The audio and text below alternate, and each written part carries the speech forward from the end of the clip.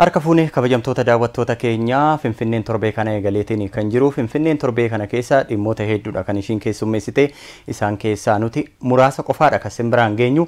Dhimma jalqabaatti wayita dabarru gamaggamni raawwii bara 2017 fi karoorri bara 2018 magaalaa Finfinnee gaggeeffameetiin kan jiru. Gamaggamni kunis guyyoota 3 magaalattii keessatti gaggeeffame. Gamaggama kanarrattis hooggansi haanadha haga bulchiinsa magaalattiitti jiran hirmaataniitiin kan jirani. Kantiibaan bulchiinsa magaalaa Finfinnee Aadde Adaanech Abeebee bara baajataa 2017 kana keessa hojiin fayyadamummaa hawaasaa mirkaneessan hedduun raawwatamuudha kan kaasanii.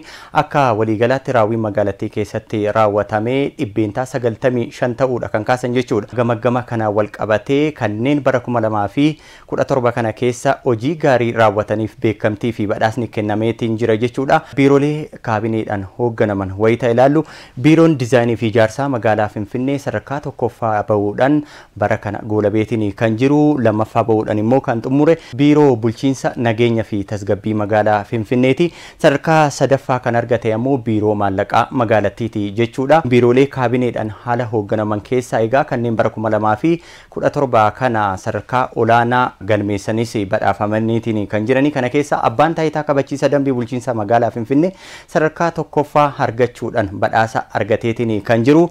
Sadarkaa lammaffaa kan bahe ammoo abbaa taayitaa bishaanii fi dhangala'aa magaalattiiti. Sadarkaa sadaffaa kan argate ammoo abbaa taayitaa daandiiwwanii magaalaa Finfinnee sadarkaa sadaffaa argachuudhaan badhaasa argateetiin jira jechuudha.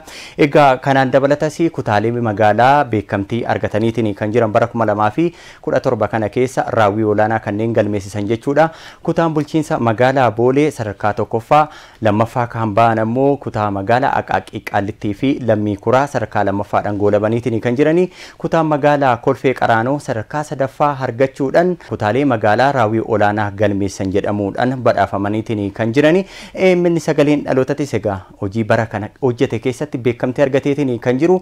Badhaafamaa addaa ta'uudhaan minni egaa waltajjii irratti beekamtii fi badhaasichi kennameetiin jira jechuudha. Finfinneen dhimmoota garaagaraati kan keessummeessatiin turte. Dhimma lammaffaatti wayita dabarru misooma koriidariitti wal qabatee Finfinneen kanaan dura halkan turte. Yeroo ammaa kana halkanis guyyaa fakkaachuu eegalteetiin kan jirtu. Kanumaan wal qabatee egaa koreen hundaa'uudhaan daldalli aga sa'aatii 4tti magaalattii keessatti akka gaggeeffamu kallattiin kaameetiin jira. Hojiin kun sadarkaa maalirra akka jiru ammoo koreen dhimma kanaaf hundaa'ee kutaalee magaalaa garaagaraatti daawwannaa taasisaniitiin kan jirani. Hooggantuun biiroo daldalaa magaalaa Finfinnee Aadde Abiibaa Siraajii egaa daawwannicha irratti yaada kennaniin hojiin kun magaalattii keessatti eegalamuun isaa kanneen daldala irratti bobba'anis fayyadamuu ni taasisa. Isaan alas bulchiinsi magaalaa Finfinnee akkasumas akka biyyaatti galiin walitti qabuudhaaf karoorfame akka milkaa'u hojii taasisu ta'uudha kan kaasan jechuudha. Egaa daldaltootanis minni sagalee dhalootaatiif yaada isaanii qoodaniin akka ibsanitti magaalaa Finfinnee keessatti daldalli halkanii kun jalqabuun galiin keenya akka guddatu nu taasisa.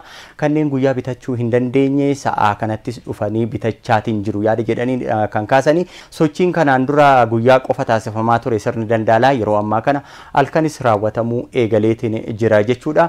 Dhimma sadaffaatti wayita dabarru ammoo duulli ashaaraa magariisaa marsaa torbaffaan akka biyyaatti eegalameetiin kan jiru. Akka biyyaatti egaa bara kana biqiltuu biiliyoona 7.5 dhaabuudhaaf karoorfameetiin kan jiru. Finfinneenis gumaacha ishii taasisaatiin jirti jechuudha. Kanaan dura dhaabbii biqiltuu magaalattii keessatti gaggeeffameen uwwisni bosonaa dhibbeentaa 2.8 ture gara dhibbeentaa 22tti ol guddachuu isaa kantiibaan bulchiinsa magaalaa Finfinnee Aadde Adaanech Abeebee torbeewwan muraasa dura wayita sirna dhaabbii bara kanaa eegalchiisan kaasuun isaanii ni yaadatama.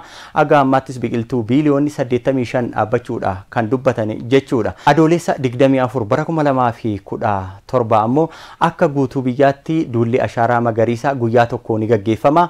Duulli ashaaraa magariisaa guyyaa tokkoon biqiltuu miiliyoona 700 dhaabuudhaaf karoorfameetiin jira jechuudha. Torbee kana keessatti egaa kutaaleen hawaasa garaagaraa biirooleen garaagaraa duula ashaaraa magariisaa kana milkeessuudhaaf magaalaa Finfinnee keessatti sirna dhaabbii biqiltuu gaggeessaa turaniitiin jiru jechuudha. Torbeen kun egaa dhimmoota kanaan kan darbe magaalaa Finfinnee keessatti. Egaa Finfinneen dhimmoota hedduudha kan keessummeessite. Nuti har'aaf kan qabanne isa kana fakkaata. Simbiraan ga'uudhaas waliin turtii kan taasise Guddataa Jamaan ture. Yeroo gaarii qabaadha.